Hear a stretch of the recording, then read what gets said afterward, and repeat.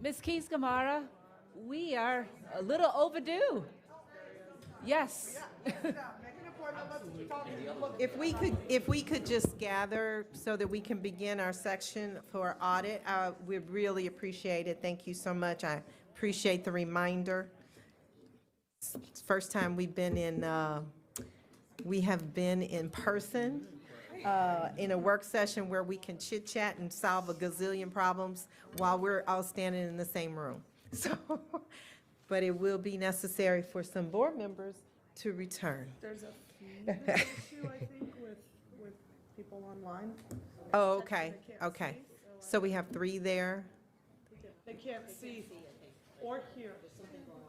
Oh, so there's an issue with them? Oh, okay. So it's not me. No, we can hear, I believe. I'm fine now.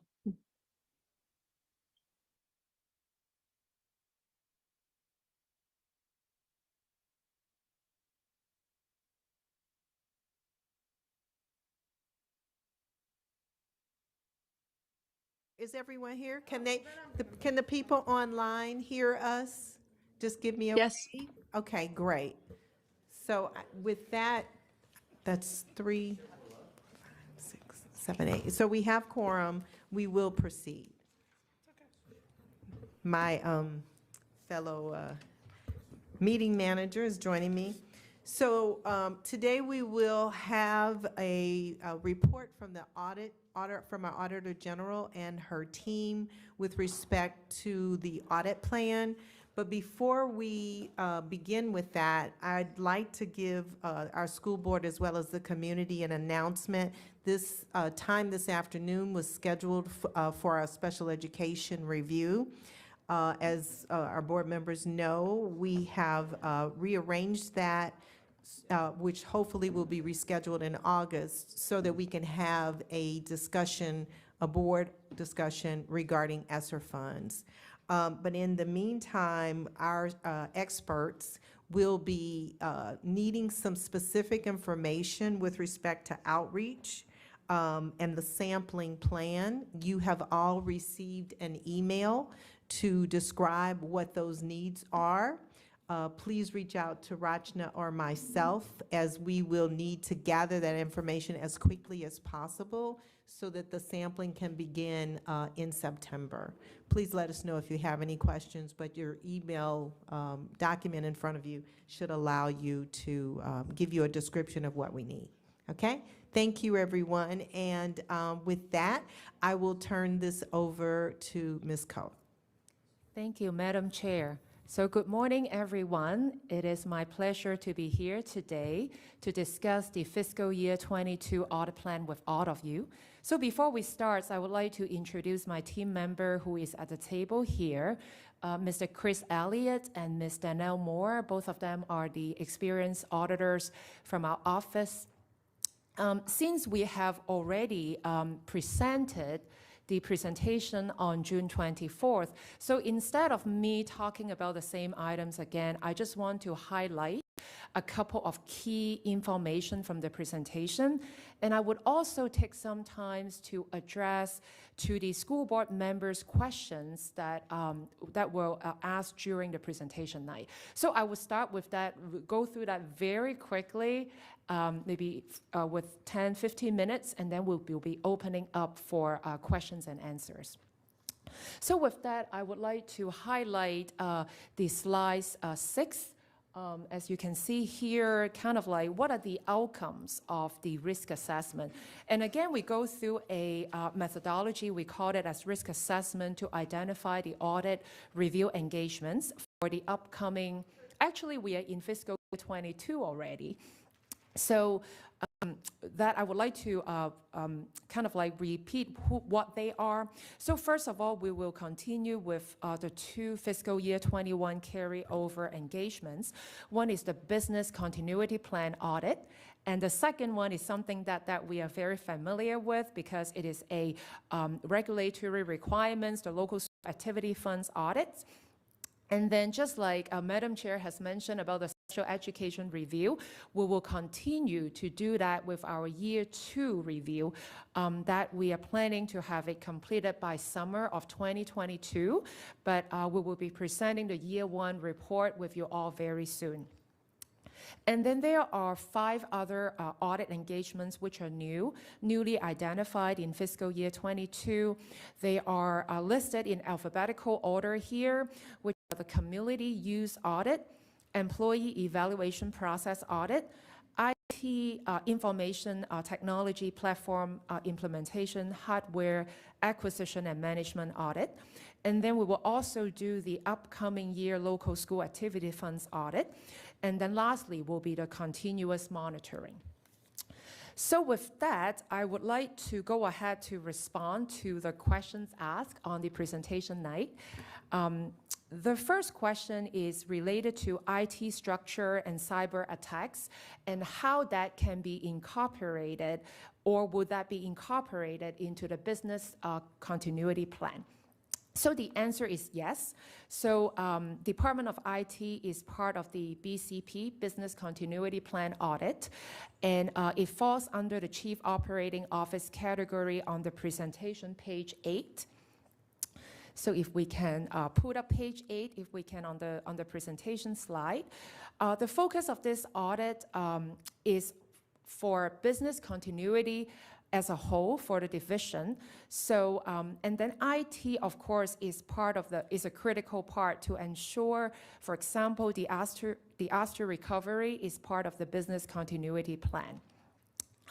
As you may know, that we will check for the existence and the reasonableness, but as within Office of Auditor General, we do not have special IT cybersecurity expert, so we will not go deep to review, the technical aspect of it, but we will definitely cover that as part of our audit to see if it exists and also looked at a high level the reasonableness. And I also understand that the Department of IT, they have just recently hired the Director of Cybersecurity, and I think that this is a wonderful first step to strengthen our disaster recovery response. And the second question is related to the community use, whether the Sacc program, the school-age children care program, will we cover that during the community use audit? We will be looking at the revenue sharing and the recovery of costs from the county government.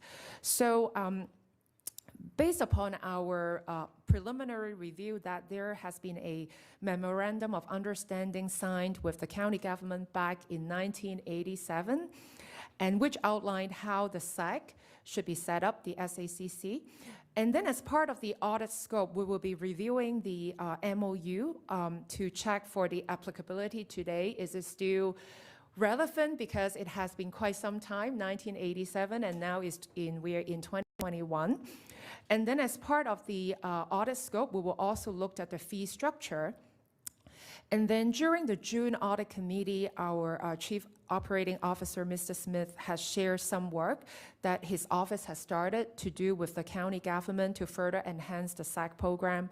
And I'm sure FCPS management will be happy to answer any questions that the school board may have related to that. And then the next major topic, I would say, is about the alternative role for OAG, how we can collaborate more with the school board to utilize our expertise. And I fully understand that we are one of the few offices that the school board oversees, and it may be worth to think outside of the box to see how we can remodel and be even produce greater work with our existing resources. So if the clerk could help me to go to slide, I believe it's slide 18. So we incorporated some benchmarking information here. And of course, this is a start for our discussion, and that, as you can see here, that this information has already been shared with the school board back in December of last year during our annual report presentation. So it is a benchmarking about how OAG, Office of Auditor General, is compared to some benchmarking schools that we receive from the Council of Great City Schools. And then as you can see that we are actually quite efficient, and by looking at this overall numbers only. In terms of like the general fund budget spent on the audit function and how the number of internal auditors for every 1,000 students enrolled in the school, and also in terms of the budget as well. And the slide after is provide more details about what does it mean, right? You may want to find out who are the schools that we are compared to. So here are some of the more information. You see that Fairfax County Public School listed under 5. It doesn't mean that we are the top 5 by enrollment. What we are showing here are only the self-reported data from some of the schools. And then we listed that by the number of enrollment.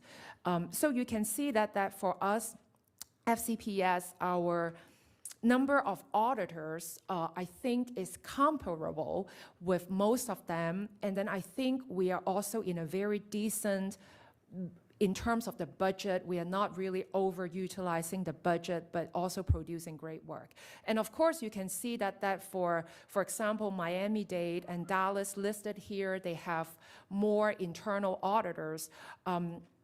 I'm planning to reach out to them to really understand their structure more about what they are doing. Are they covering audits only? But my assumption is that they may have more like other responsibility as well. And I know that one of the questions has come up is about the program evaluation. So this definitely is top on my list when I benchmark with them to see if it is included or not. And I will come back to report to the school board. And then the last question that I have is about the IT audit. And one of the school board members mentioned that Mr. Sacc team is going to do an intake of the software and hardware during the pandemic, and how would that be impacting the OAG audit. So my office has met with Mr. Sacc before this meeting to just discuss more about the audit scope and potentially how we can better align together. And of course, we will talk with his team again, the DIT teams again, before the audit. From our understanding that right now the DIT focus has been on the reviewing of the classroom setup with IT equipment and technology. So while I think that some of the scope may be overlapped, we definitely will be working very closely with their department when the audit comes, because we need to ensure the independent checking piece is on it. But if we can leverage on the bulk of the work they do, we will certainly do that. So with that, I think that's kind of the highlights of our response to the questions on the night from the presentation. And why we are discussing here today is because the plan will be on for approval for Thursday, which is 2 days from now. So I would really appreciate that if there are any modifications or any suggestions from the board as a whole that we should consider in the plan, would likely want to know now and then have a thorough discussion. So thank you. Thank you, everyone. I just asked everyone to take a look at this, but I think perhaps we need to do it since we wrapped up quicker than I thought. I'm going to turn this section over for questions to Ms. Sizemore-Heiser. Great, thank you. I'll go ahead and call on you. We'll start with the first round of our 3-minute questions each. So I see Ms. McLaughlin has hers, and then Ms. Corbett-Sanders. Okay, thank you. Ms. Corbett-Sanders and then Ms. McLaughlin. Yes, thank you. And thank you, Ms. Coe, for all you do. Your leadership in really developing and defining our Office of the Auditor General is greatly respected. When the previous board, actually 2 boards ago, established the Office of the Auditor General, it was truly to have an independent audit function within Fairfax County Public Schools, which is precisely why the Office of the Auditor General does report to the school board and not to the superintendent. So I am very appreciative of all the work you're doing, and I'm especially appreciative of you taking a look at at how we can strengthen your role. And I would hope that when you look at best practices across the country, that you, because there are so few school systems that have an office of an auditor general, if you would look at best practices for other large government agencies, I think that would be helpful in better understanding and strengthening the supports you have, because you certainly do have the skills, and we just want you to be, sound like a recruiting ad, but be all that you can be. Hey, that's a tag for a commercial. Yeah. Sign me up. Yes, sign me up. Secondly, I'm glad that you are also looking at disaster mitigation, and I hope as part of that, one of the lessons learned regarding COVID-19 is that when we dusted off the disaster recovery documents, it turned out that they were quite old. And so if you could come back to us with best practices on how we review disaster recovery documentation and how often it should come to the board for review, updating, modifications, I would greatly appreciate that. And then additionally, because we are looking at best practices, we do know that there was a task force last summer that identified cybersecurity as a major concern for Fairfax County Public Schools. Obviously, cybersecurity is a major concern not only for Fairfax County Public Schools, but also for large organizations across the globe, and it has become more important all the time.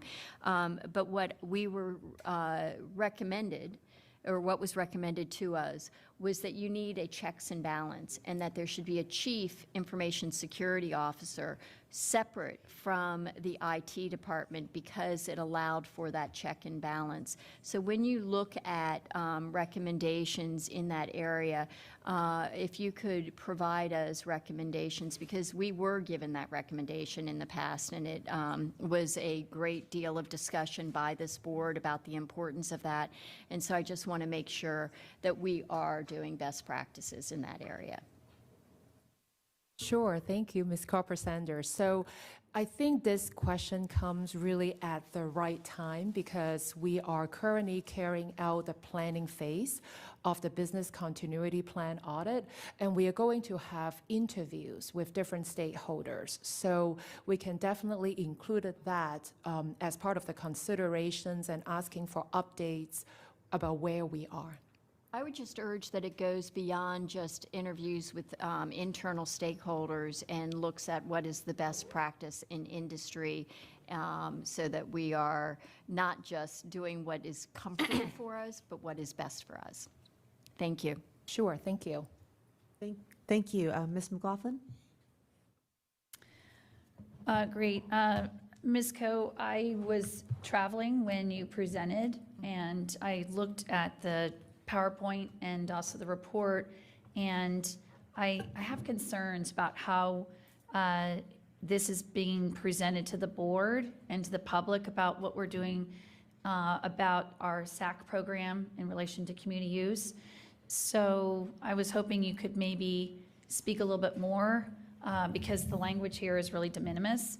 And as someone who's served for a very long time, this is something that the public pre-pandemic had talked about, long wait lists, and how we've got to find better solutions for our working families.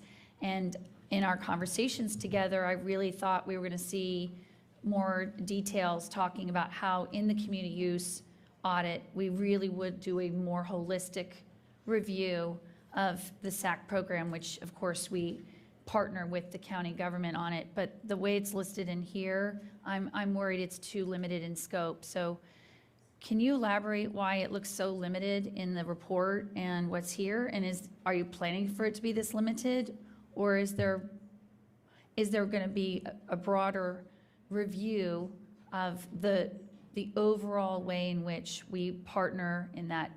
Because it's not here, and if it's not in writing, then I worry that it's not going to happen. Thank you, Ms. McLaughlin. And I think this is a very good time to talk about the scope of work, right? Because I think we share the same goal as you is we want to make sure what we deliver after a couple of months is what the audit committee members and the school board are expected to see.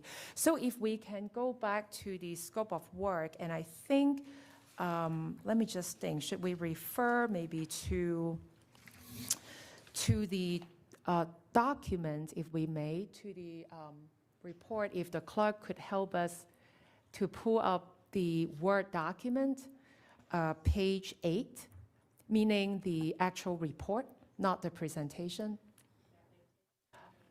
Oh, got it. So maybe in the meantime, let's put up slide 11 then of the presentation. So why don't we take a look at it? Of course, the presentation is a highlight of the key points of what we are going to do, and I can just verbally referring back to the major document. Page 8? 11, sorry, 11, page 11. Oh, the report is on page 8 at the top, if you have the report with you, but then on the presentation is slide 11. So the scope of the community use audit, which is in the second box here, number one is to evaluate the applicable policies, regulations, internal controls, and processes for the use of FCPS facilities. So, and that also includes the safety aspect. So when we perform the risk assessment, right, to understand what are the key risks with community use, definitely always number one is to see whether compliance is key. Are we doing what we are supposed to? And we have heard a lot of potential concerns surrounding the safety aspect, especially the after-school programs. So that will be scope number one. And we know that all the students and teachers are, hold very dear to us, so we want to make sure that is taking place. And then the second one is to evaluate if community groups are complied with the contracts or memorandums signed with us, and that include the Sacc program, the school-age child program, care program. So with that, the thought process is that for all the community use members, of course, including Sacc, they have to sign some kind of agreements with us about the terms and conditions that they are going to comply with. So we will be reviewing that, and then to see if in reality, are there any fidelity of implementation? Are they doing that across the board on a sampling basis? And we will be looking at the Sacc program as well. And I know that, like, when I started talking, that the current memorandum of understanding with Sacc was signed back in 1987 or 1989, if I'm not mistaken. So it's a pretty, it may need some update on it. Why don't I say that? I mean, before we looked at it. But of course, Sacc is a county government program, and I have already, reached out to the internal auditors from the county government to see if there's any collaboration, if we could talk to the county government, especially the NCS, to understand how it is being developed, how we are working together, and then to identify any opportunities for update. So I think here is where maybe Ms. McLaughlin that may be able to answer part of your question. But I would like to continue maybe with the other one first. And Ms. then we'll Ko, come I back. know that we're always racing the clock, so I'll try and refine my question to you more specifically. The report on page 8, when you enumerate out what it's going to be done, specifically it says on B, evaluate if community groups complied with the contracts and memorandums signed, including Sacc. We're not worried about whether they're complying with the memorandum when it comes to Sacc. We're concerned about the structure, the delivery, and what are the challenges for why we have 142 school sites, and yet we have long wait lists in various parts of the county. So the way this reads, it's very technical and very limited. And so that's where my concern is. And I just want to make sure that we as a board and working with you in partnership, that there really is clarity here. It's not about contracts and compliance. It's what is this program in its current delivery, in the current memorandum, and how do we then really bring this up to 21st century, since as you noted, it's the late 80s, that this. Serving the needs. Yeah, and so I'm nervous because I don't see that here at all. And if it's not here, I don't want to hear as a board member, well, it wasn't there, so we're not doing it. So I just wanted you to speak to why is that language so limited? Is it that you need the board to direct you to say, we want this to be more comprehensive? Or was it just this was written before additional conversations occurred? But I don't think it captures what I understood where community concerns are, and certainly some of us have communicated what more we really want out of this essay, the Sacc and community use auditing. Thank you. So let me think about how to strategically, to respond to that. And I think we will review the fee structure. So that's part of the scope of work, which is outlined as item number C or on the document. And I think maybe I can also bring all of the school board members on the speed, because we have the benefit to discuss it within the audit committee. And I think that during the discussion is some of that is a management decisions, right? Like about how FCPS is working with the county government is dictated right now by the Memorandum of Understanding, because it's a contractual document and we are working with the county as a county program. So while from an audit perspective, I mean, we can look at the contracted wordings, but many of this is really a management discussion at likely maybe at the school board and the county government level. And I just don't know from an audit perspective because for us, we need to have a very clear audit criteria. That's what I am trying, and I'm trying to be very candid and discuss it here. And I do understand that this is a very important community requirements, and I was on the wait list as well for my school, so I totally feel the pain, but put my personal pain aside. But I know that is really take a lot of discussion maybe at the management level, and I don't know if Marty, Mr. Smith has any points to add, because I remember from the audit committee night, we talked extensively about this topic, and I remember that the citizens members were around as well, and they are the one who suggested me to focus on the contractual requirement, but I don't want to talk, without them being present here. But I remember Mr. Smith mentioned about some of the work already underway that between us and the county government. I don't know if Mr. Smith, you could share some of that with the school board here today. Yeah. And so what I could share with the board is that we are regularly in communication with the county, in collaboration with the county around our joint programs. And so Sacc is one of those programs that is a county program that's housed in our schools. And while what Ms. Coe is sharing about wanting to partner with the county's Auditor General would be an appropriate step, I think it would be difficult for us as a school system to audit a county program on our own. And I don't know if that's where you were heading, Ms. Coe, but I feel like I can say that if you weren't able to. But it would be difficult for us to do that. We can continue to work with county management on the Sacc program to talk about how and if the program is fully meeting the needs of our students and families in Fairfax County. And we can have that conversation about ways that we can work with the county to improve the program.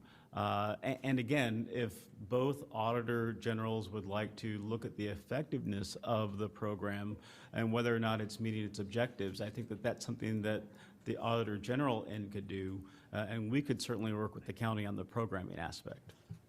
I will respectfully ask my colleagues to really think more deeply about this. I've served almost a decade on this school board, and we've heard from our families long before I joined the school board.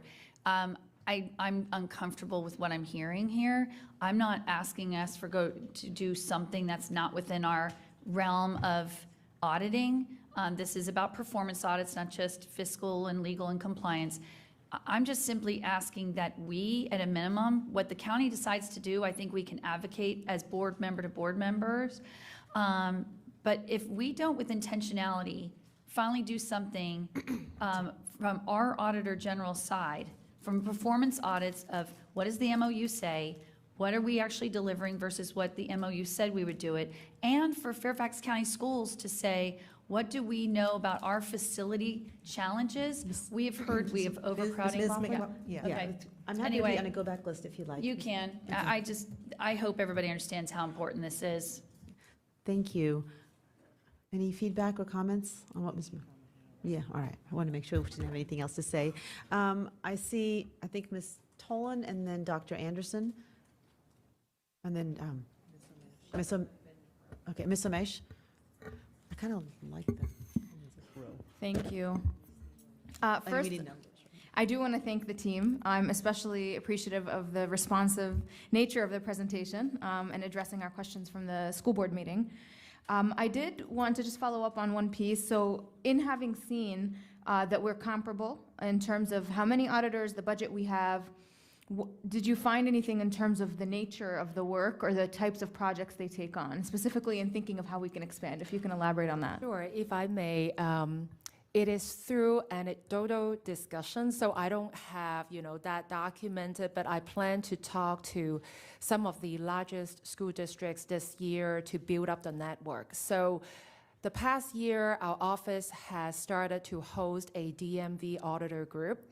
So it's within the DC, Maryland, and Virginia area. So we have like an attendance of roughly 15 to 20 auditors. And they are both school districts as well as county. When we discuss with the school districts, actually most of them are focused on the local school activity fund only. So which is like the one regulatory audit. So I really think that also, I think, echo with some of the other school districts that I talked to before.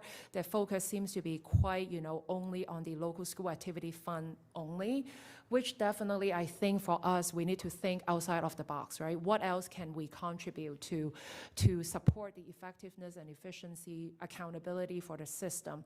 So, and I do know that some of the other audit shops, they also oversees the fraud, waste, and abuse hotline, similar to us. And we have been increasing our cases received throughout the years, which is a good thing, meaning more people knows about it. Again, I'm really thankful for all the school board members here help me to advocate and market that, advertise the hotline so more people knows about that. So that's also a very important piece of our work, as well as some of the internal audit shops as well. From my discussion with the other audit shops, it doesn't seem that they oversees the program evaluation function. And I think the background behind that is more about the independence piece. So they haven't been doing that. And then also the competency as well, because as an auditor, my competency is not to assess, a academic program, because I just don't have that. So I'm more looking at the controls, the processes for preventative measures. So that's kind of like in a nutshell about what I know about the other school districts, but I will continue about the outreach, to find out more about outside of DMV, what are the other people are heading to. Thank you so much, especially in terms of maybe creative things they've done, right? I appreciate that. Along those lines, I didn't have the benefit of this information when you guys presented the first time, but now that we're talking even about the use of ESSER 3 funds, my mind, and I'm curious as to where colleagues are with this, but in our 2x2s, we found out upwards of 90 million, depending on how you slice and dice, 80 for, academics, maybe 20 for social emotional, et cetera, that's gonna end up being kind of given to schools on a school to deliver directly to families and students. And just comparing that to our local activities fund audits, which we do, right, around 20 million, just over 20 million. I'm wondering if this is a unique year where maybe oversight around that on the school level will be necessary. I don't know. I know that the agenda for this year has kind of been set, and that's what we're seeing today, but given that that's kind of new information, I would almost want to see maybe a discussion. I'd love to hear from colleagues around auditing that and having some oversight around that. Karen, I don't know if you have some, or Ms. Keys-Gamarra. No, I'm sorry, I just mentioned I missed the topic you were mentioning that you wanted audited, I'm sorry. Esser funds, Esser funds. ESSER funds, okay. Specifically, the school-based funds that are going to end up going, academics and socio-emotional. We'll allow, I think Dr. Brabrand wants to comment? Okay. If our colleagues can speak to that as we go forward, perhaps that can be a part of our discussion today. Okay, because I know, Dr. Raybrand, we chatted about how we might think about standardizing implementation a little bit. No, and I know Yeah. those were some of our 2x2 discussions exactly. yesterday, so I do want to engage in that conversation. I was actually, and maybe we will make the meeting, make it as we do it, but were you suggesting in lieu of doing the local school activity, or perhaps? I think we have to do that, right? or- So it's, Right. you're really asking the audit folks, in addition to, could there be some? And I just wonder maybe if there's a balance. I don't know whether the local audit funding is a requirement I percentage actually have set. an idea. Yeah. All right, so I'm going to defer to the Auditor General and Ms. Keys Gamora, so. May I? Yes, please. Okay, so in the scheme of like effectiveness and efficiency, so I'm trying to think about that, how to put that lens in some of the existing, right, audit that we put in the plan. So under the other OAG duties, which I did not put it on the slide, but there are a handful of them. But one of them is about business process audits, Ms. Omage. So within that audit that we will be selecting some schools, it may be triggered by a change in like key personnel such as like principals or finance technicians, or we are also doing continuous monitoring, meaning like it's kind of like a surprise audits. So we may be able to incorporate the Esser fund, or maybe we can expand that to see any new money, right? That is one, but how about all the other new types of money that come in because of the post-pandemic, right? Because I think that may be the thought that you have, but this is just the one topic that we are discussing today, but there are other new funding as well. So we can incorporate that as part of the business process audit, because that audit is planned to look at both the appropriated and non-appropriated money. So of course, could we do a lot of that? May not be, because right now we do not dedicate a lot of resources on it because it's part of the other OAG duties. But I think we can examine during the year, because if we see a lot of outliers, a lot of non-compliance, then we can come back to the school board and say, hey, school board, we saw a lot of, abnormalities in that audit. Should we revise the plan to put that forefront and maybe take something out from the plan? Dr. Ivy? If I could also add, and this is something that we're looking very closely at the monies that come along with that grant have very strict monitoring guidelines and documentation. And so we have to, of course, discern who's going to monitor, how that information is going to be collected, and how we can do it most efficiently. But there's a definite component to that money and tight restrictions as far as both the plan and the implementation of that money, which I think will help us, because we all want, a consistency and implementation of fidelity and accountability. Absolutely, it's our collective goal, and I appreciate you bringing that point up. I wonder if there might be collaboration even in just, who's going to own that piece, who's going to own the accountability. And we're still having those conversations. I think we're happy to work with the Auditor General and every department as well in making sure we get it right and have that. Great, great. Yeah, I think, okay, so I'll leave that as a next step, I guess, for you guys to have some discussions around to see how you might distribute the duties of that. It's a unique year. I think maybe if this was a recurring thing, it would have been required, just like the activities fund is, right? Because it's such a massive amount of money on a school-based level, figuring out how that's dealt with. Go ahead, Mrs. Koh. Thank you, and thank you, Dr. Ivy, to point that out. And I think, of course, accountability, that management is kind of like first and foremost, right? To look at it and making sure everything carrying out correctly. And we definitely would like to work together with the financial services team, and then to see kind of like what are the things that they should be complying with. And then we can apply those during our site audit, right? To see if they are actually occurring. Yeah, thank you so much. I mean, the ultimate stake is making sure that the students it's reaching the students, right? It's accomplishing the goal that we all have. The last thing is, just a clarification, Ms. Keys Gamara, Ms. Sizemore-Heiser, did you want us to comment on the AAR piece right now in offering these suggestions, or?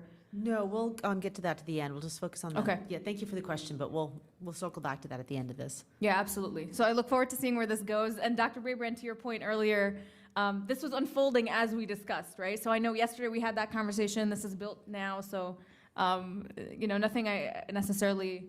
No, Yeah. listen. This is a lot of one-time money coming to schools, and this board wants to be sure in this community that we're accountable for what they're done. So we'll work together with the Auditor General and with this board and make sure that this is money well spent, and we'll talk about it a little bit later this afternoon as well. But I certainly welcome additional review by the Auditor General of our ESSER 3 spending plans and to make sure that the money is being invested wisely and that there's a return on taxpayer dollars. Right, and it's student-focused, right? Where perhaps, as we discussed, maybe later in the summer sometime, we might have a review just of how the plans are to implement it. Yeah, I think one of the things, and again, we can probably wait to hear, today we'll discuss, we are going to ask for a vote on Thursday, but we're also, I believe, listening to the board in our 2x2s, looking at how can we have several work sessions over the year on the progress of how we're implementing this work and have accountable objectives and measures to come back and say, here's how we're progressing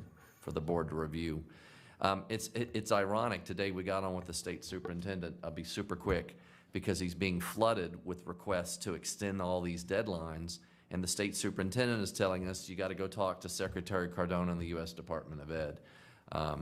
I did put in the Richmond Times-Dispatch in an editorial I wrote over the weekend asking for the same flexibility to extend the year to 2026, which local governments have, but that wasn't built into the law. So we're working on it, but for now, yes, we know it's a little bit of a tight timeline, and having a structure and oversight with the Auditor General and the spending of the funds is something that we will certainly collaborate with the board on. Great, thank you so much. Is that it, Ms. Amish? For this part, yeah. No Thanks. problem. I'll put you down on the go-back list if you need it. For the AR part, whenever you guys are ready for that, yeah. Thank you. Thank you. Dr. Anderson, and then Ms. Cohen and Ms. Tolan. You can- Ms. Tolan was first, thank you. Wanted to go back to the Sacc point, because as a parent who sat on that wait list for a year, it's of high interest to me. I very much appreciate what Ms. McLaughlin was sharing in terms of how do we talk about the structure, the delivery, and the long wait list. My question to you is, in order to address some of that, what collaboration would you need from the county? Because this is their program. They're the ones who have this information. Just trying to marry what Mr. Smith had said. This is not a program we run. We don't have access to this information. Could we get access to this information? And then I also want to bring forward, this is not necessarily to you, but to my colleagues, if we have this information, what do we do with it? Is it just advocacy on our part to the county once we have some more details? Because again, it's not a program that is run by us, so we can't make any we can't give any direction to the superintendent in terms of how to move forward. Can you speak about what you would need in order to ascertain what was being discussed earlier? So, thank you, Dr. Anderson. This is a heavy loaded question. So let me just think a bit, because this does impact so many families, and I just want to make sure we can contribute as part of the solution, right, to it. But at the same time, as you correctly pointed out, that it is not a program run by us, right? It's run by the county government. So I suggest, right, as I have discussed earlier, I have already started a conversation with the internal audit director from the county government, right, that I would like to understand more first, right, from the county government perspective about the setup. I will call it as like understand the business, right, understand how the memorandum of understanding is being established, why they will need a classroom, for the entire day, not just the beginning and the end. So I think it's a lot of detailed questions that I can ask and explore to get the facts, right? And then I can bring it back to the school board and also management. And maybe Mr. Smith has some ideas about how to do that too, but I think I can get understand, evaluate the structure, bring some facts back, right? But in terms of, could I make suggestions how, like, to change the county government program? I don't think so, right? And also, as an auditor, we need very clear audit criteria. So what are we going to audit? So if I hear that the what maybe, we can understand the Sacc structure, how it is set up, why it is set up that way, and then we can bring it back to the school board for your actions.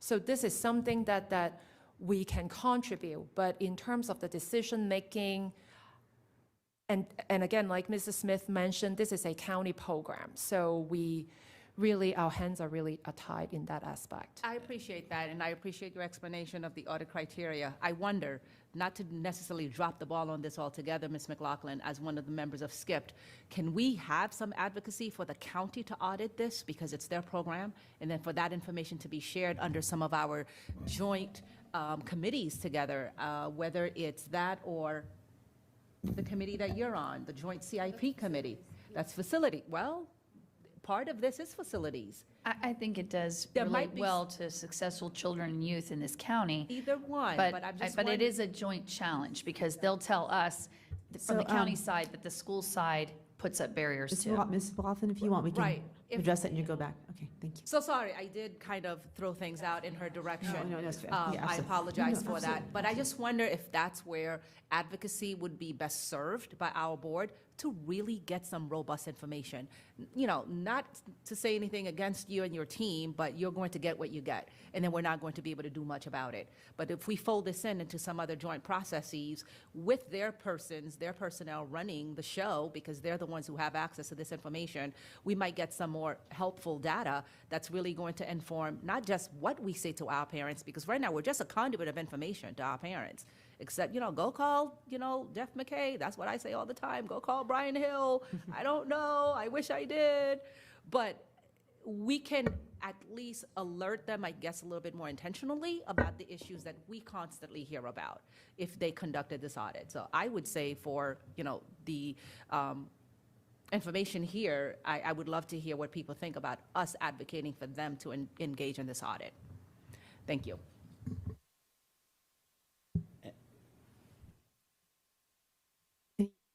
Any comment back that you wanted to go? Mr. Smith?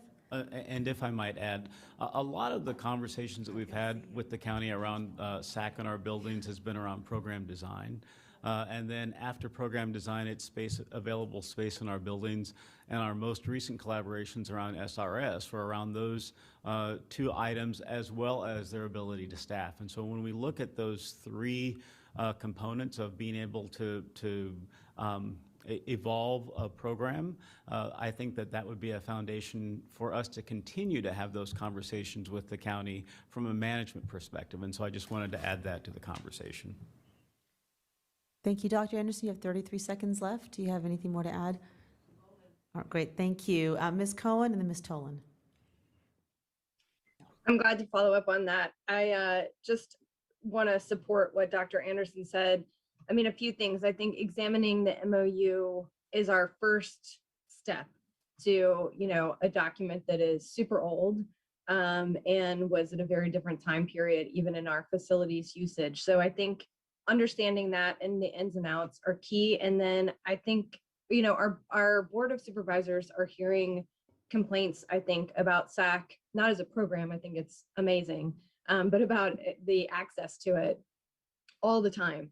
So I agree. I think this is an awesome opportunity to have some of these joint conversations. And if it doesn't fall neatly into joint CIP, then, maybe this is an opportunity to do another, term defined joint, commission with the Board of Supervisors and the school board where we specifically address this. And I think we can use what Ms. Coe gathers from the MOU as kind of the basis for those conversations, since they are the ones who have access to the wait lists and where they are and how long they are, what are the fees collected, what's the structure, which is different depending on whether you're a teacher, whether you're a parent. And then we're the ones that have the information that they don't have on what is the strain that this program is putting on buildings, and what are other possibilities, which we've even talked about on the joint CIP, about locating programs in other places. The Providence Rec Center is a good example where they have a Sacc program there, and then transportation provides busing to schools from that program. So I think there's a lot of collaboration that needs to happen. To Ms. McLaughlin's point, absolutely, totally agree. I think our supervisors really agree. So, maybe this is, I'm just putting it out there, that we could do a term limited joint committee with them on this as well. The other, a couple things. One, the community use piece, I will say, we were lucky enough in CPDC to have Vicki Garner come and give us a presentation on community use. And she's the first person I've ever heard in my life who is so excited about the audit. So that's a wonderful thing. I'm really excited. She's excited about sort of laying bare, I think, some of the issues with community use, and then some strategic plans of how to get us, where we want to be in ensuring that we're doing it in a way that's most helpful and least harmful to our facilities too. The other thing is the benchmarks piece. I think this is awesome, Ms. Coe. I see us with other systems who have, a much larger office that handles all kinds of scope of different things. And I feel like we keep putting more and more and more on your plate, and you rise to the challenge continually, which is awesome. But I also want to make sure that we're utilizing you in a way that is similar. I don't think she can hear me. Your time is up. Oh, sorry. I'm okay. sorry. Oh, I don't think she can hear me. I was trying to let you wrap up your sentence, but your time is up. I can only see myself ginormously, and so it doesn't show you when I'm talking, so I apologize. No worries, no worries. Ms. Coe, any response to that, or should I move on? Yes, may I just very briefly? So I just want to say thank you so much, Ms. Cohen. Learning that someone know that something is being audited, get really excited, really make my day. So I just want to let you know, because I don't hear that a lot. So thank you.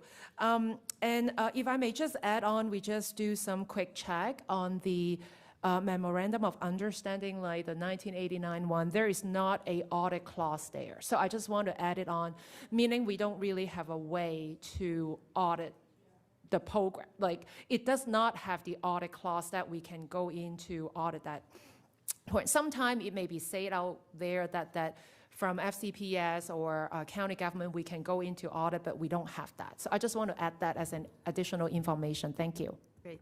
Thank you very much. Ms. Tolan? And then Ms. Dernack Koufax. Thank you. Ms. Tolan.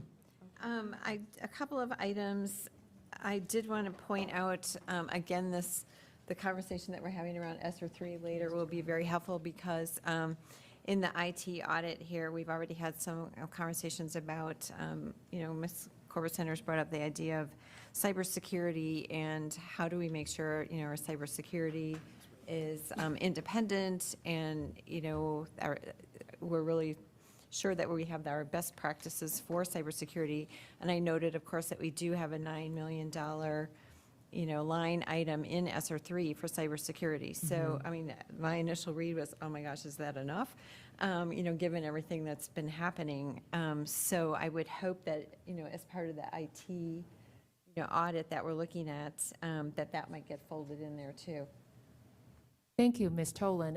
I think it depends on the source of funding for the purchase of those hardware that we're looking at. I do believe some of them are coming from the new money. So if it is so, then definitely it will be part of the audit.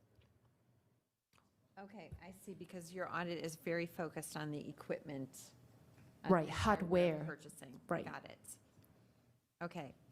So along those lines, I do note that you have a line in here, areas of potential risk are improper project management.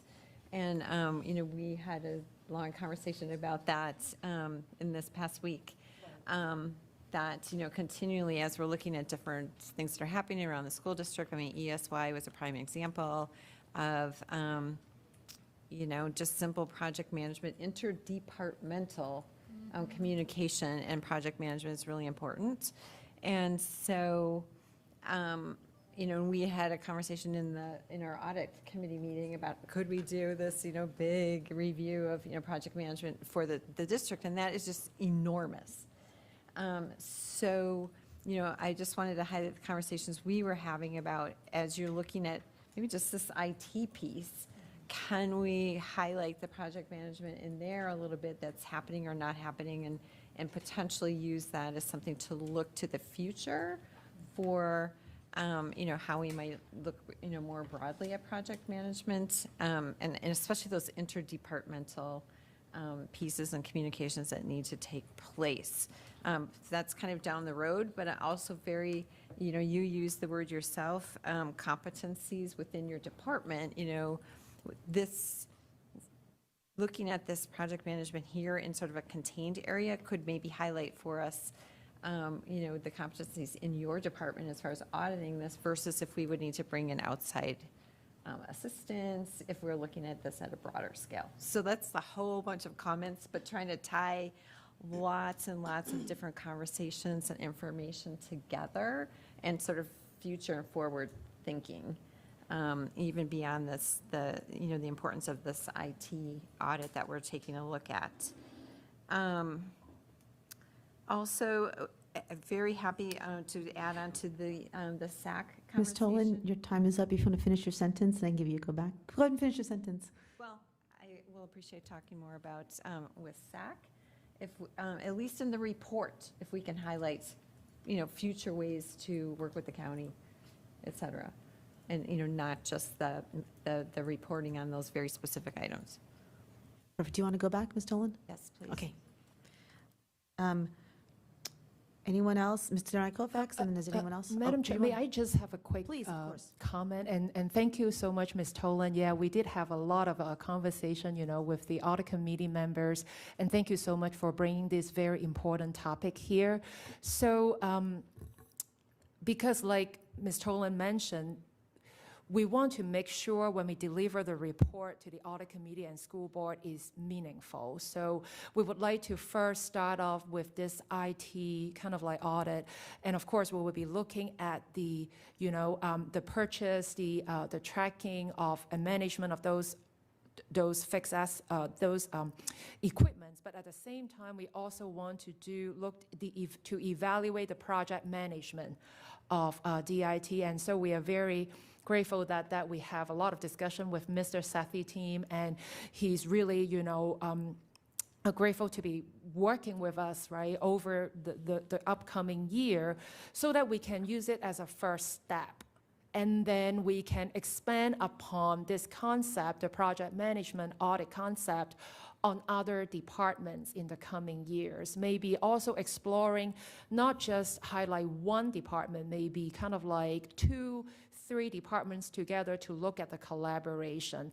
And I know that project management is very critical, and I think for us as the auditors, we are using a slightly different framework to look at it, and some of you may have heard about the COSO framework. That is looking at the controls, environment, look at accountability, look at, monitoring. This is always something that my office has in mind in doing different types of audits. So it stands for the Committee of Sponsoring Organization of the Tradeway Commission. So they have a long-standing framework that as an auditors we are very familiar with. And I think project management to me, maybe I'm an auditor, so I am a little bit biased, but I think it's part of it. So we are ingrained, like all three of us, we can recite to you what the COSO, it may not be so much about the project management, but I think it's a very comprehensive framework that we are using. And also as part of the business continuity plan audit, we will be incorporating some of the project management concepts to it, which is again, very similar to the COSO framework into the audit questions that we are going to be asked towards the management, to address existing objective, including the communication of expectations and information, how management identifies essential functions and processes, and how these concepts are acted upon. So those will be incorporated or have already been incorporated as part of the BCP audit. And we are at the end of our planning stage already, so we are still on target to deliver the BCP audit report to the audit committee before December. So thank you. Great. Thank you, Ms. Coe. Ms. Derenak Kofax? Thank you. Just for my colleagues and Ms. Coe also, I just want to give you hopefully some helpful information on the Sacc program. So the Sacc program is run from the out of the Office for Children, and it's overseen by a citizen advisory group called the Child Care Advisory Council. I sat on that council for 10 years, was 3 times the chair, so I know a little bit about that. The Sacc program, of course, has been nationally recognized as a great educational program and after-school program. I think as my colleagues spoke about the MOU, I think that team over there, it's led by Anne Marie Toohey, and I think she would be very willing to talk about this. I think part of the reasons because it was so educationally focused and they looked at the Sacc program as an extended daytime classroom with homework help, tutoring help, things like that, it has evolved since then and includes a lot of outdoor play, space, and time. That's how we got to those dedicated classrooms. I know for certain there are some schools that share the classrooms. They utilize the space. Again, it's a fidelity issue, a fidelity of implementation. Some, maintain it as a standalone, but I know for certain there are some schools that will allow that space to be used during the daytime. So I just wanted to give you that historical perspective, give you that name, make sure you understand. And I don't think, as far as, once we do the audit, I think if we make these inroads during the audit process, I think there'll be lots of room for collaboration. And Child Care Advisory, the Office for Children is part of the SCIP committee. Anne Marie is part of that, and she understands I see you. So that's kind of hopefully some helpful information as you proceed with that and on what they do, why they are where they are.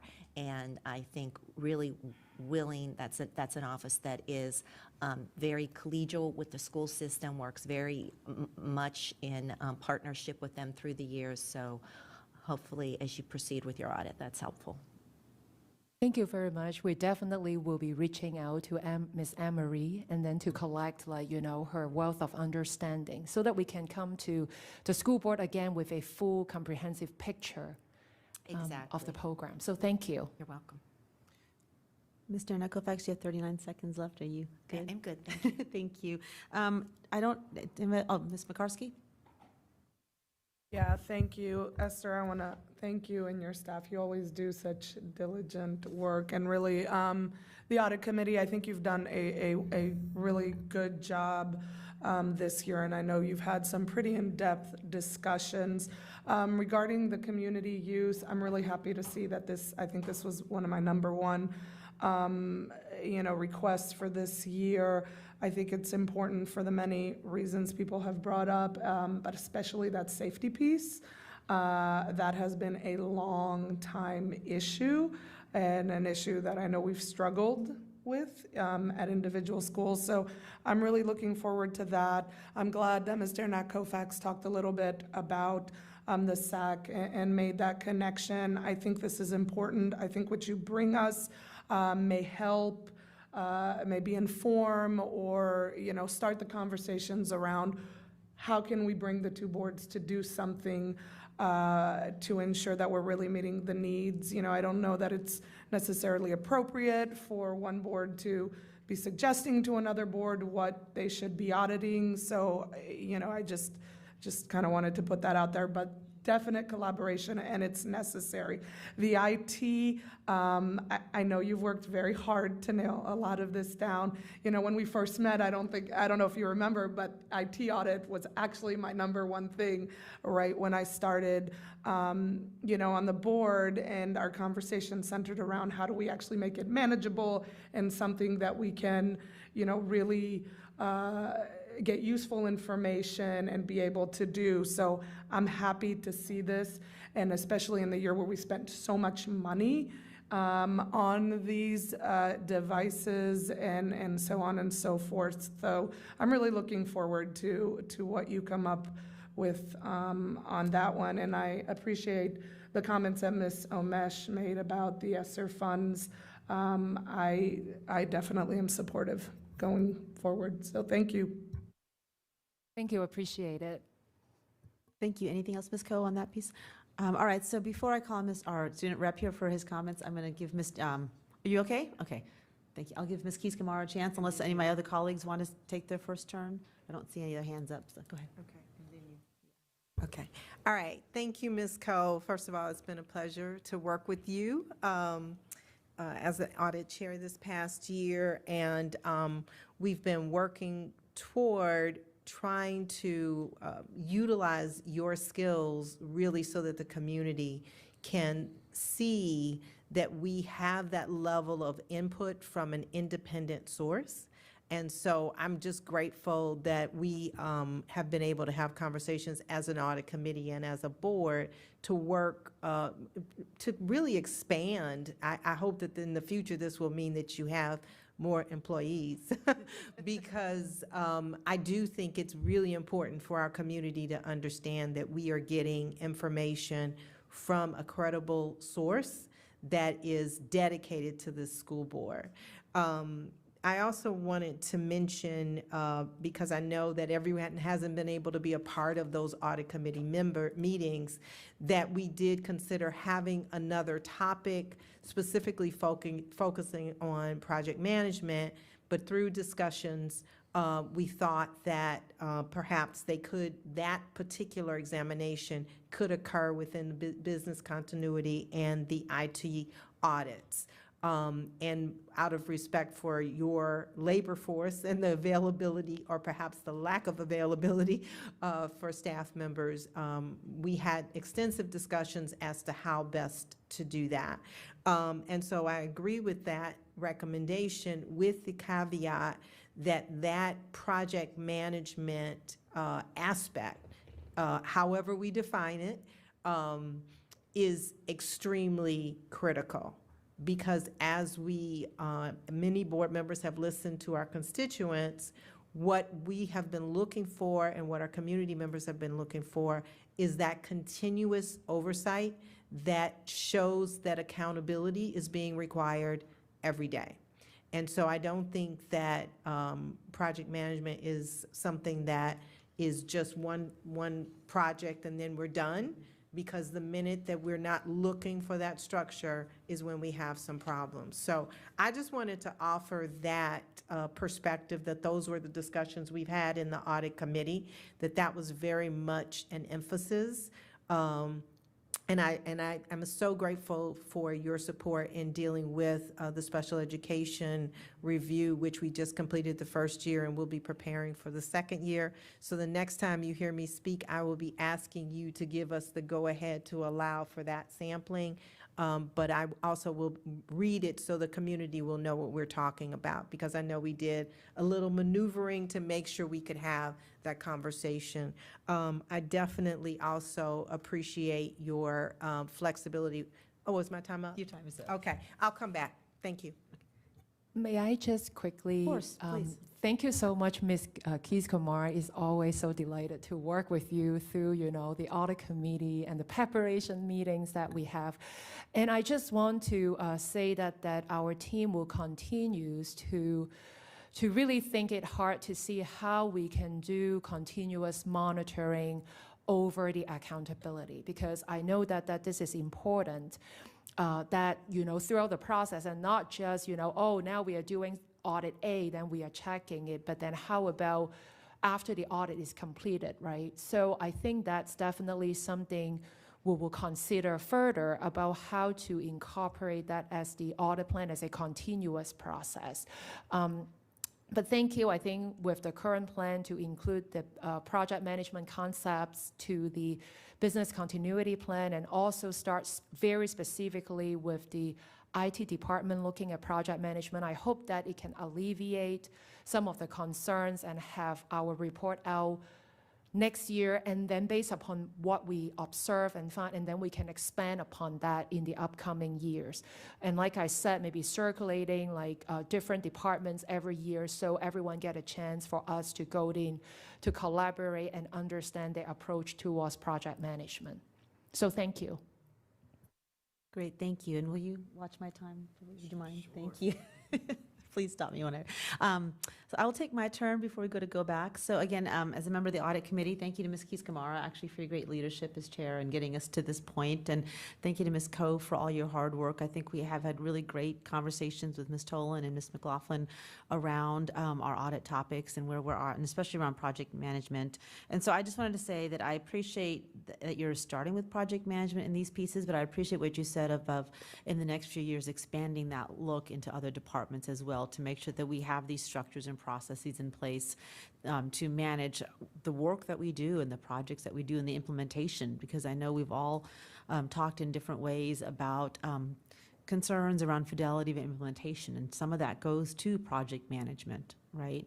And I'd encourage you also to look at program management, which is really, managing a series of projects, right? And that cross collaboration and cross communication as piece of that, right? So, and not looking at, as Ms. Keys-Kamara said, projects as discrete projects, but really projects as the running of our school system and all the pieces that's involved in that, and what are the structures and processes around which we have in place to ensure that the running that we're doing of our school system is smooth and continual and has sort of plans in case there's disruptions to those processes. So I appreciate you looking at it as part of the business continuity plan, but also with plans to expand that. So thank you.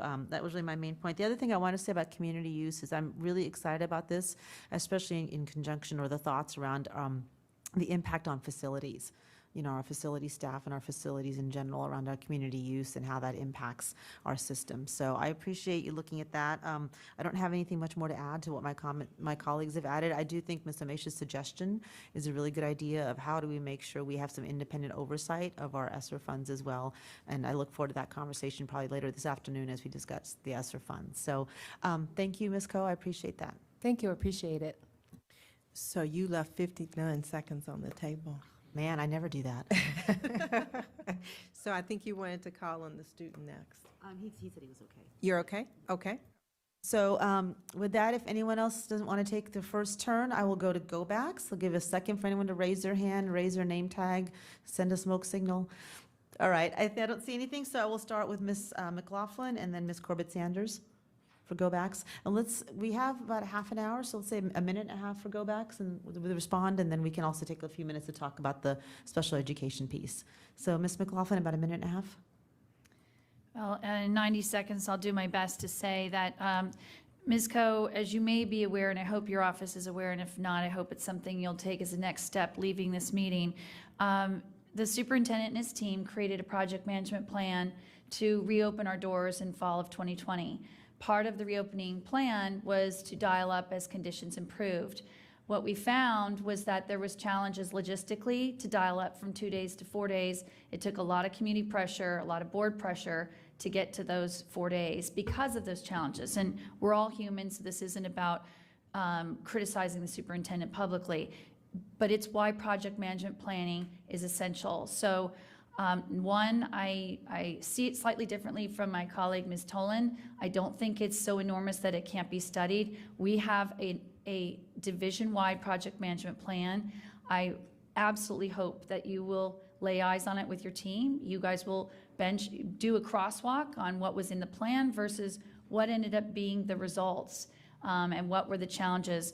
A second example is the extended summer learning that we wanted to provide our families. And again, it's not focusing on criticism, I'm focusing on delivery.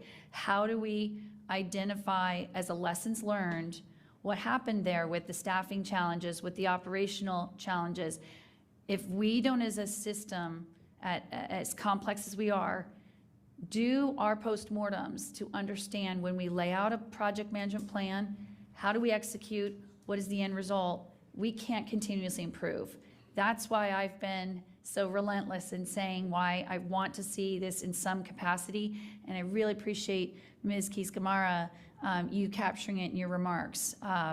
This is something that I appreciate Dr. Brabrand has been very amenable to the board Ms. McLaughlin, and the your time focus. is- Okay. I'm happy to give you go back if, honestly, I'm really I happy to give you know, go back that's if why you I like. just, anyway. Well, I did want, my Yeah. question was Do you want- simply, I'm gonna give you another minute. my question is simply, I want to restate it so it's answered. Ms. McLaughlin, how about why don't we just give you, since we have time for go back, I'll give you another minute and a half and you can kind of finish up your No, statement. Would that be it's all okay? right. I would rather let other colleagues go. I just wanted to ask our OAG, has your office ever read, seen, and reviewed the project management plan that our superintendent and his team created? And if not, will you please be able to do that prior to finishing your business continuity audit? So we definitely would love to take a look at that, Ms. McLaughlin. And I, as a parent in the Fairfax County, I totally, understand that is very important to the community. And I'm sure my team and myself will be the first one to read it, like from the front to the back. And I think to really integrate what we learn, right? We are always up, I'm totally with you, is what can we do better and to prevent, right? What the uncertainties. So we definitely will. So thank you for highlighting that for us. Thank you, Ms. McLaughlin. Would you like another go back or you want to wait and see how things go? Okay, that sounds good. Ms. Corbett Sanders and Ms. Tolan? Sure. Since we're talking project management plans, I think what's really important here is going beyond the project management plan and reading a static document, but really the project management process and how we address if we are not meeting the objectives set out in the plan, what do we do to mitigate against it? And that's really that continuity of operations piece that is so critical is, if this didn't work, what do we do to go back and fix it? Or is there a strategic reason as to why we're not following that process? And so there is a discipline associated with project management, and I think that's what the question is whether or not we're adhering to that discipline of the project management process. And so I was glad you mentioned the COSA. Secondly, I do fully support Ms. Omesh's inclusion in the audit planning that we have an Esser 3 oversight or auditing function. And so I would just urge that that is not left to the Esser 3 discussion, but that it is a good discipline that we have that auditing capability. And then regarding the Sacc, I would just suggest that if in looking at the Esser 3 presentation for later this afternoon, the importance of the SRS program, which is the rebranded Sacc, is identified by our community as a critical need going forward. So I would just say that when we look at those programs, it is a joint program between the two. Thank you. Great timing, Ms. Corbett Sanders. Ms. Coe, did you want to respond to anything that she said? I was really, very impressive, very impressive. Oh, right at 190 seconds. Yeah. Okay, because I cannot see it. Yeah. So I cannot audit that, so sorry. But so thank you, Ms. Corbett Sanders, and we definitely will take all your comments into practice. And I think for the Esser Fund, like I explained earlier, I think there is a space for us to include in the current plan to take a look at it throughout the year. Clarification, you'll add that before we adopt it on Thursday? No, sorry, it's within the business process audit, which is already in the plan. So meaning that we are looking at this, doing school audits throughout the year, looking at appropriated and non-appropriated funding.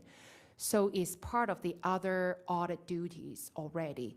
So, Madam Chair, a point of privilege. I would just like to have, reiterating Ms. Omesh, have it specifically put in there because our community expects us to have that oversight to reference the Esser 3 funds, please. So may I just ask, is it we can add or we need to get school board consensus? Well, I just that's what I don't was know. going to say is that it's something that you could bring as a next step to add that to our audit plan or add that specific piece on the Esser. That's a technical point point to make. A next step can't be a direction. It has to be an ask for information. So if we're going to create that piece, it should be something around we give consensus.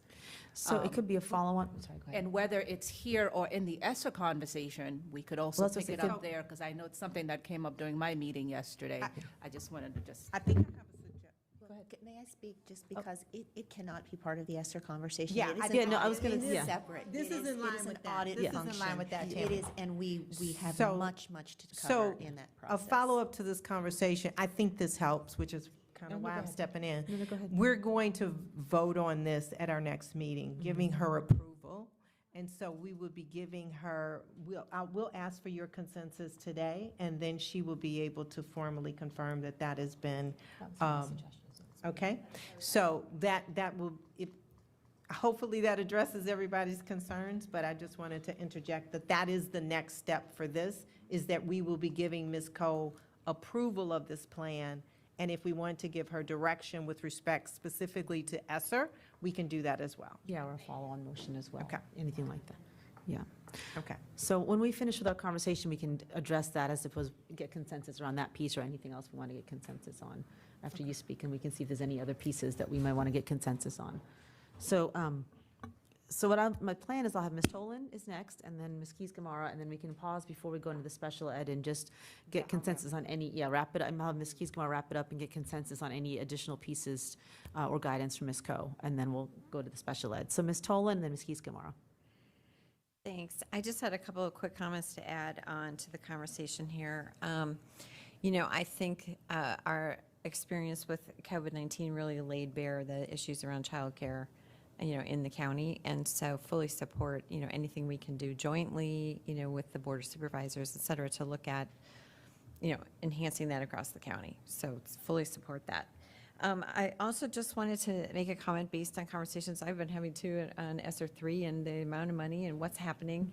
I mean, just, besides the money and how much there is and is it being spent appropriately and are our schools handling it appropriately, are we getting results in what we're doing? So, we had a very, with Keys-Gamarra, you and I were there, had a very big conversation around how do we even utilize some of the project momentum methods that we've used over the years to look at where are we spending the money, how are we getting results, and if we're not getting the results, what do we do? What do we change? Kind of where you're talking. So it becomes a very much, again, an interdepartmental view of this. So I think besides just plugging the word Esser 3 into the audit, your general procedures for auditing, we really, and that's our next conversation, I guess, really need to look at overall, how are we doing this reporting and this accountability and this monitoring? How often is it? When are we going to be hearing about it?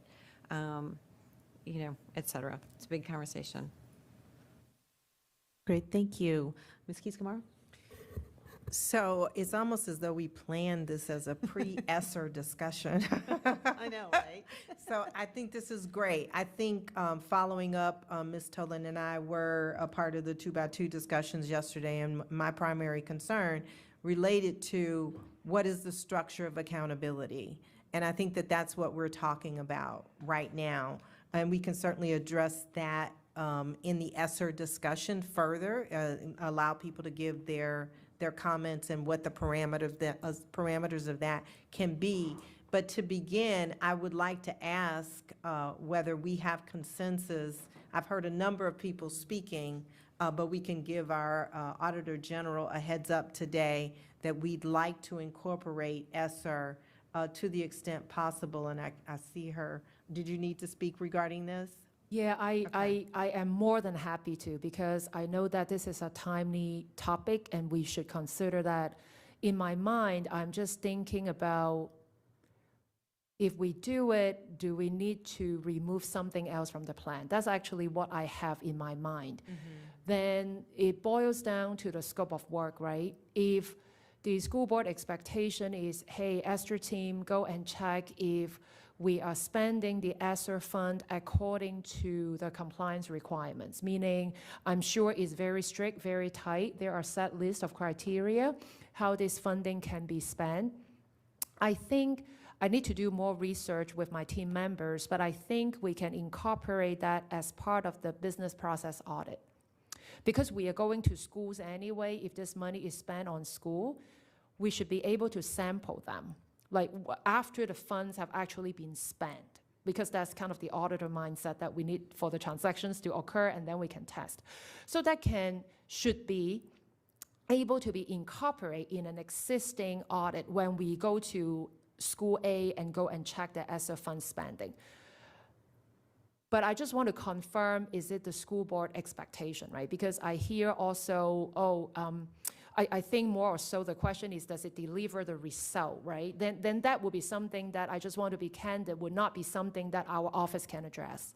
So I just want to be candid, like, on this discussion. So I actually asked Dr. Brabrand to ask a question, and that's what he's doing, and to determine whether we can actually use some of the ESSER funds to make sure it's being utilized in a way that is effective.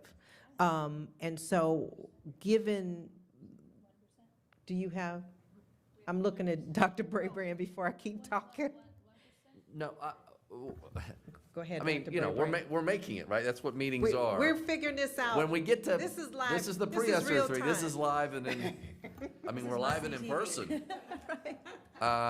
When we get to the ESSER 3, we have an indirect cost in at like 1%, and what we were in the middle of debating is, and we can go higher. That's the lowest the grant allows. We might, and again, I haven't even talked to Ms. Coe. We could talk about that 1% indirect cost and whether we need, because it's a little bit for our administering of the grant, maybe we can do something with supporting her office in the monitoring of the grant. So just stand by in the next couple of hours, or certainly by Thursday, but maybe there's room if she needs additional resources and says that's something that would be helpful to her, we could look at that, either giving some of the 1% indirect costs or going up a little higher. We have a little, again, we came in at the very lowest, and the federal government gives flexibility to make that number a little bit higher, and maybe we can put some resources there. Okay. Given that response, I think I have a suggestion that may help you, Ms. Coe. So I'd like to state that as a possibility, realizing that I'm thinking while I'm talking to you. But basically, I think that Ms. Coe, I think what I'd like to ask our board is, we'd like for you to take that information and continue to go, try to figure out how we can do this. But I think what I'm hearing from my colleagues is that we want some type of monitoring to be a part going forward. I'm getting head shake nods everywhere. We can't determine at this moment exactly what that will look like, because we brought it to the table today, but it does appear to be the will of the board to proceed in that way. I watched every head. Yeah, let's raise a hand that I stated that correctly, please. And folks online, if you are in agreement. So I have Ms. Tolan, Ms. Corbett-Sanders, Ms. McLaughlin, Ms. Sizemore-Heiser, Dr. Anderson, Ms. Omesh, and Ms. Pekarsky, as well as Mr. Frisch, Ms. Marin, and Ms. Tolan, I'm sorry, Ms. Cohen. That is unanimous. With Ms. Koufax. With Ms. Koufax away from the table. I'm going to call that a miracle right there. Okay. All righty, just audit miracle. You make my days 2 times, not just someone like us to be audited. I know.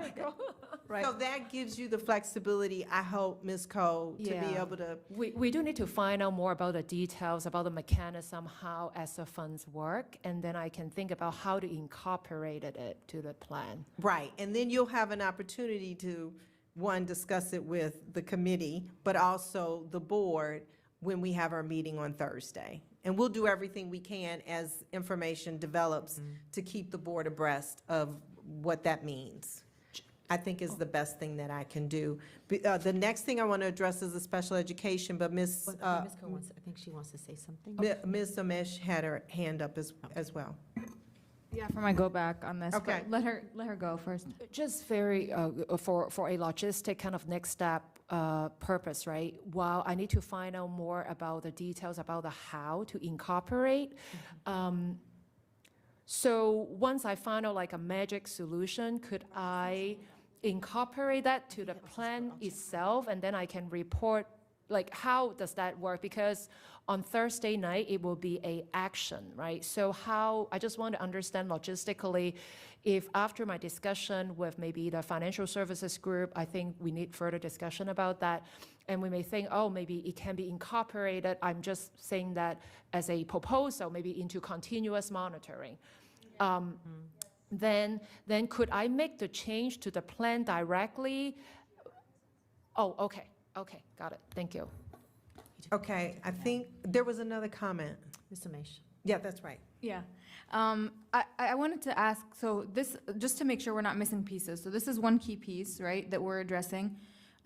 Dr. Ivy, I don't know if you have the answer for this, but because of what you shared earlier, do you know if the federal requirements have accountability provisions in advance of the spending that we have to also track? I'm not aware to that level of detail.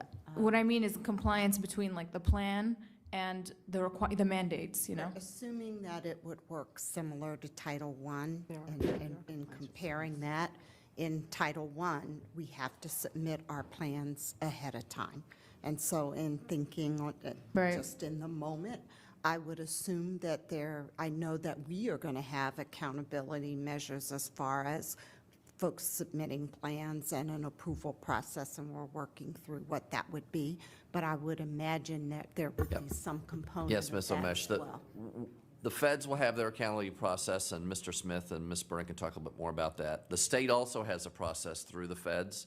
We have to post this by August 1st, and has to be available for a month in advance for the public to see the plan. The plan. September 1st, it's required by the state. The state will also do its review.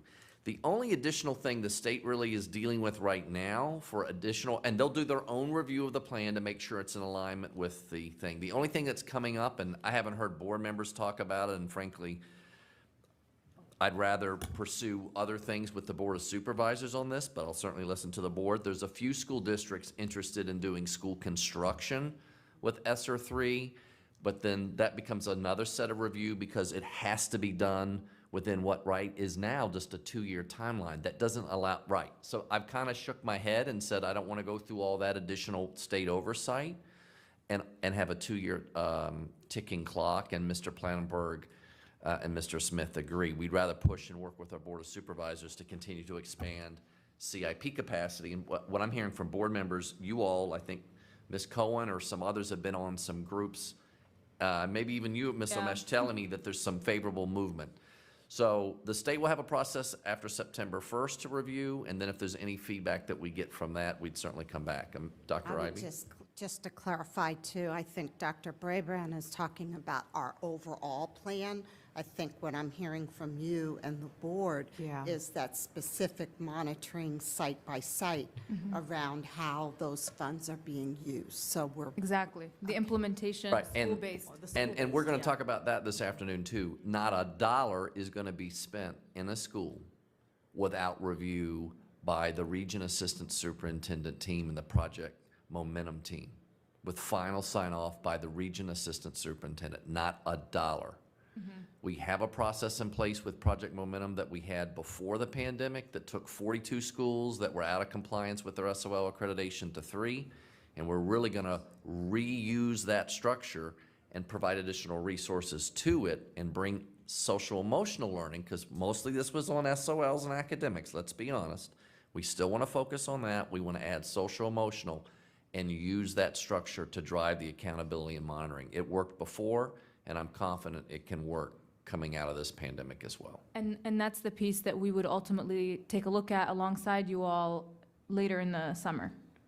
Yes, we can have more details on what it'll look like, and then we'll have quarterly reviews with the schools with their plan, and we haven't gotten there yet. We can talk about it this afternoon, but RAS did a lot of 2x2s with you all during the pandemic to check in about how schools are going, and I think something similar to that is how we would work on doing the ESSER 3. How is it going in my individual school with what their individual plans are, so. Yeah, I mean, so as we plan this as a project from start to finish, we've got Ms. Coe with the post piece. Okay, she's gonna look at whether it happened, right? Just accountability wise. This is the pre-piece. You're going to hopefully have as a real board. time with the RAS and 2x2s. Right, and I'm thinking also throughout, I almost want to loop in Orsi here to constantly look at that student, the outcomes piece.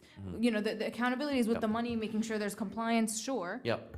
But are we meeting our goals for the students? Yep. And to be able to modify in real time, right, as we're using these funds. Absolutely. And one of the things that I think it's important for the board and the community to know, that all school districts, including Fairfax, that receive Title I money, have had these processes in place before for accountability. In some cases, Title I, and now we're waiting, and I don't have our Title I folks here today, that the new administration is going to be expanding our Title I. But Title I individual money to schools is sometimes even greater than the money that they're going to get through this American Rescue Plan.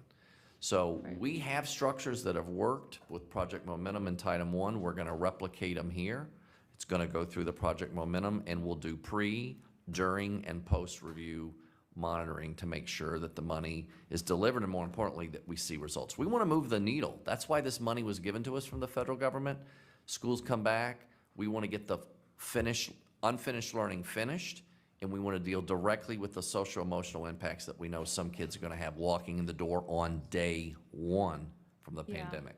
Yeah, I think the piece that I'm suggesting perhaps that may not already be included is having that piece where Orsi is monitoring and doing the analysis of that data as we're progressing to make recommendations as to how we might adjust, you know, the use of school-based funds. Mr. Mayor, your time is up. Thank you, yeah. And then we can talk more about that once from the Esser discussion as well. That's kind of the Esser, we can, you know, Sure. do that piece. You cut it, but it's great stuff, but, so go ahead if you want to. All right, so I forgot, there's one other piece I need to do. We did evolve into Esser. Hopefully that will help the conversation this afternoon. So I just want to summarize some of the things that were mentioned today.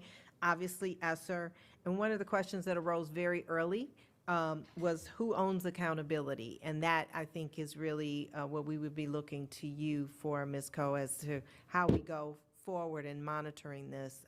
Is that a question that we can clearly identify? We also talked a lot about community use and the possibility of wrapping that discussion into a committee, so we'd like to go forward on that. I think it was Ms. Tolan that mentioned listing out the competencies of audit so that we could know what the enhancements should be. You had your hand up for a comment, didn't you? Afterwards.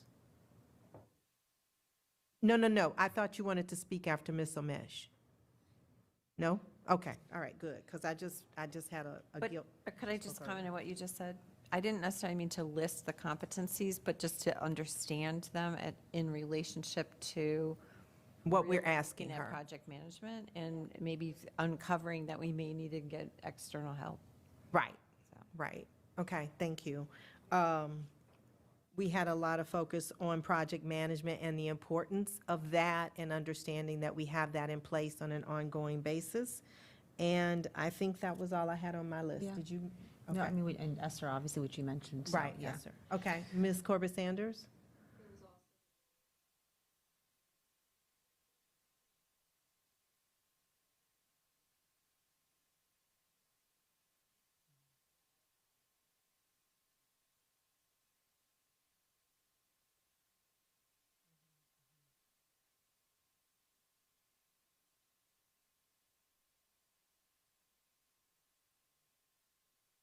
Okay, all right, so that is a summary. We're going to switch just really quickly right before we go to lunch and prepare for our next session. I mentioned, or I tried to mention in various forums with various board members helping, that we do need to give at least a basic go-ahead to our experts on the special education piece.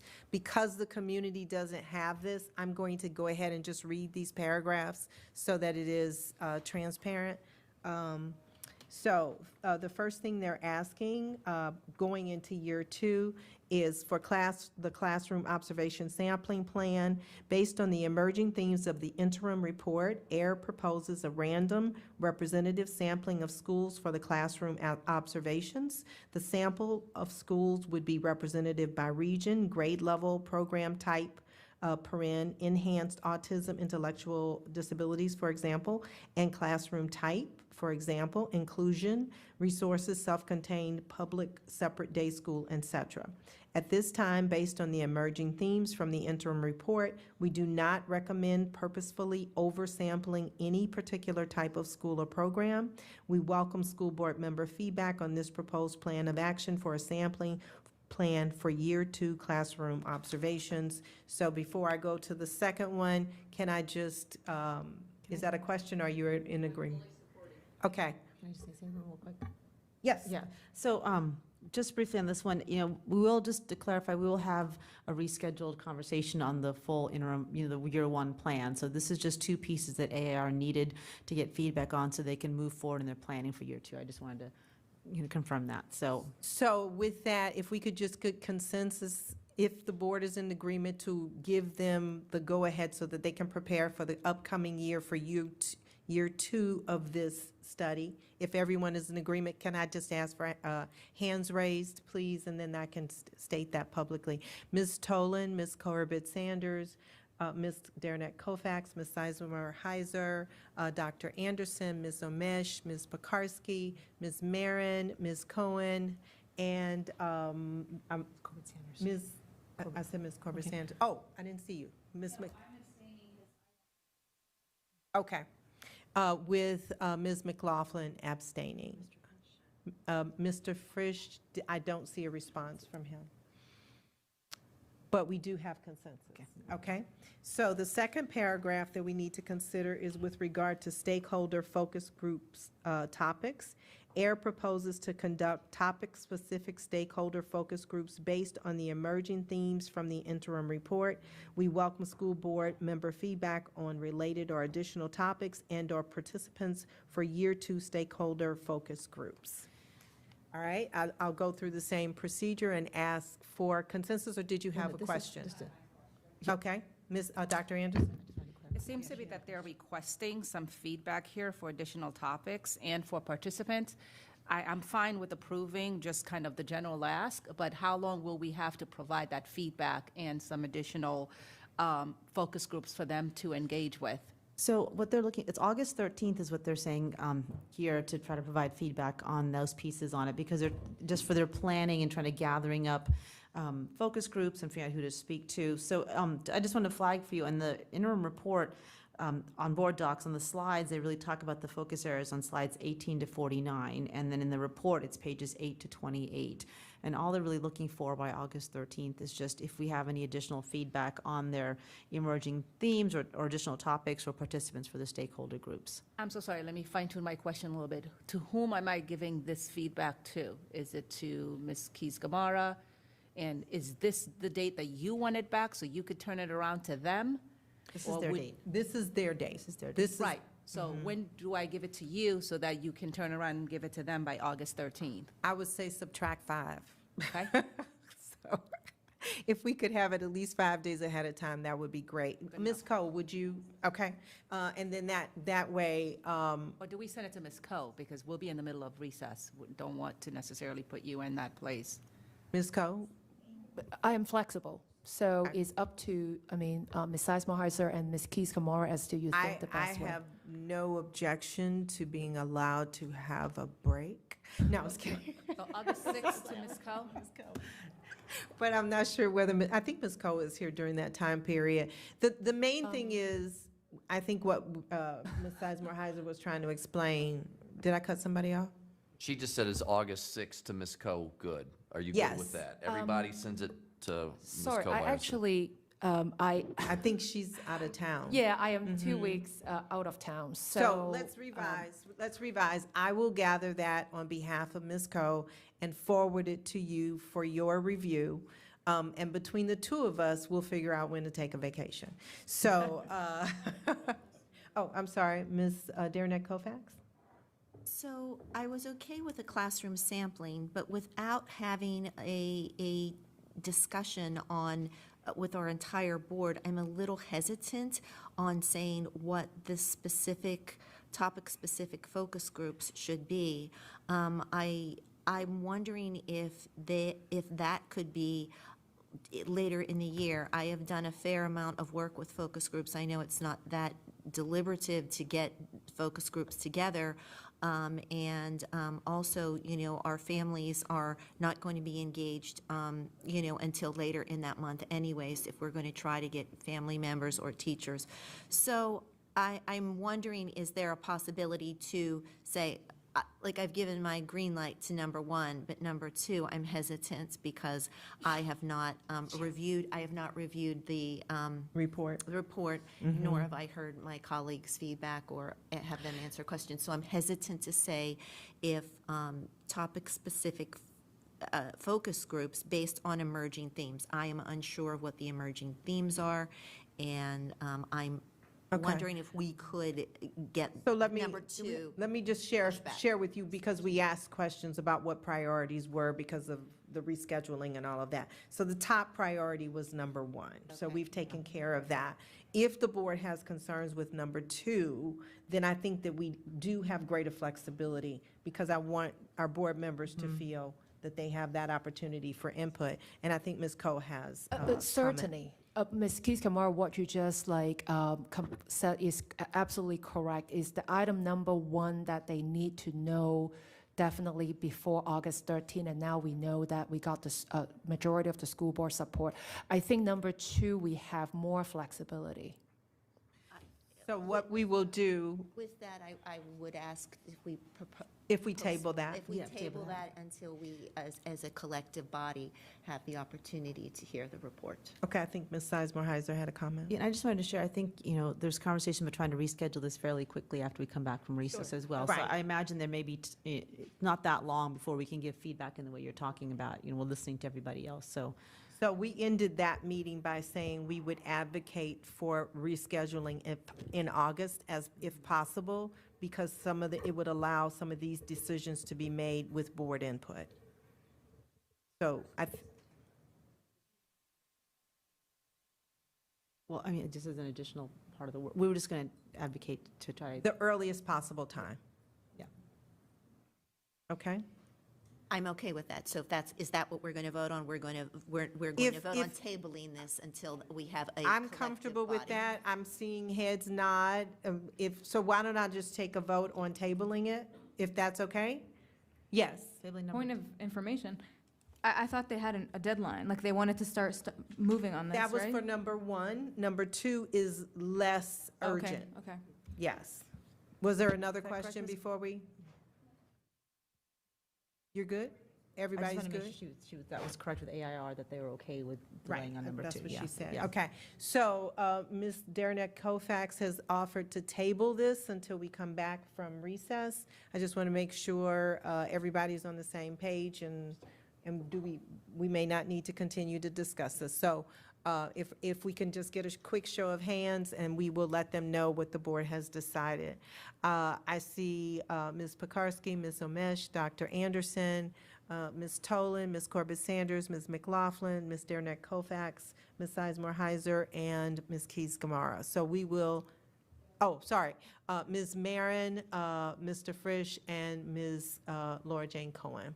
So that is unanimous. We are agreeing to delay that particular approval so that we can get as early of a discussion with the board as it can be scheduled. Appreciate it, thank you. And I think that my duties are complete. May I be recognized before you Of close us out here? Of course. I know that they were also seeking feedback, perhaps. I know we gave them the green light on this first piece.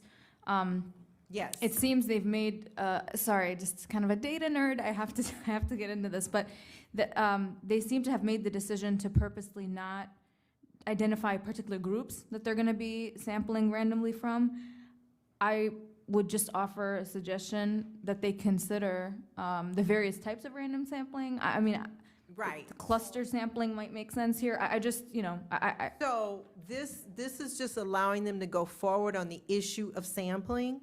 What they're recommending is that we don't do oversampling, but the board can still give input to that, and we will get, as soon as you give me or Rachna input, we will turn that over to the experts. Right, right. So that would they be my can- suggestion right now, Yes. unless there's another forum you would prefer for me to provide this input, but Yes. because what- this is their methodology, right? They're Right, gonna so move what forward. I'm gonna suggest to you is if you want that specifically delivered, I'm gonna suggest you not do it right before we eat lunch, and that you put that in writing so that we can deliver your exact concerns to them. And I see Ms. Coe reaching for her mic. Are you trying to speak? And I'm happy to, convey like what Ms. Omesh, like in terms of the actual sampling methodology, right? The overall principle we agreed upon, but I think you are going to talk about specifically, and I know a little bit about sampling, so I think and I understand what you mean. So feel free, to share that with me. Okay. And I'm happy to convey that to the researchers. No, I appreciate that, because the part I don't want us to miss is that's gonna affect the feedback we're gonna get, obviously, Yes, right? absolutely. And I wanted you to be able to convey that in the full force of your Sure, intent, sure. rather than rushing through it here. Thank you. Okay. Have lunch, everybody, have lunch. Okay. Ms. Corbett Sanders. And this is just regarding the agenda for today. I see that we do not have a discussion of the ESY on the agenda today, largely pardon me? Okay, so I'm just looking at the agenda we have here, so thank you very much for that clarification. That's what I was looking for. It is included?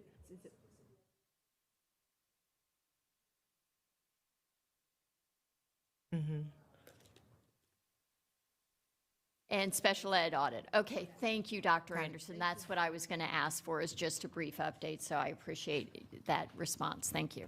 Okay, well, thank you, everyone, for your patience.